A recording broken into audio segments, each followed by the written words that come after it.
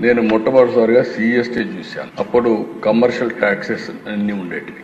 ఆ తర్వాత 94లో నేను ఫైనాన్స్ మినిస్టర్ అయినప్పుడు ఫస్ట్ టైం కొత్తగా యూరోప్ అంతా కూడా కామన్ కరెన్సీ వ్యాట్ ఒకటి వచ్చింది. దాన్ని అధ్యయనం చేయడానికి గవర్నమెంట్ ఆఫ్ ఇండియా ఒక కమిటీ వేసి గ్రూప్ ఆఫ్ చీఫ్ మినిస్టర్స్ని వివిధ దేశాలు యూరోప్ అంతా తిరిగి రమ్మని చెప్పి మమ్మల్ని పంపించారు. అప్పుడు స్టడీ చేశాం. అది వాల్యూ అడిషన్ ట్యాక్స్ వచ్చింది.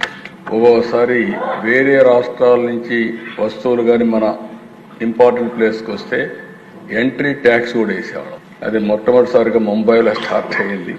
దగ్గర 17 రకాల ట్యాక్సులు, 13 రకాల సర్ఛార్జీలు. మొట్టమొదటిసారిగా 2000లో వాజ్పేయి గారు ప్రధానమంత్రిగా ఉన్నప్పుడు జీఎస్టీ తీసుకురావాలని ఆలోచన చేశారు.